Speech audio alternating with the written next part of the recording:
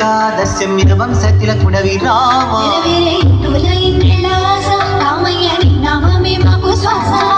భరత జాతికి గర్వ కారణం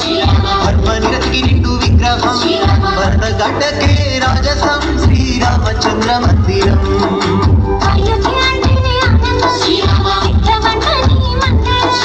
జన్మ జన్మల గడ్డ ఈ పుణ్యం రామ మందిరమే మావరం హే రండి రండి రామ పట్టుల రండి రండి రామ దండుల రామ రామ అని పాద పుత్రుడిల రామనామమే ఆలపించగా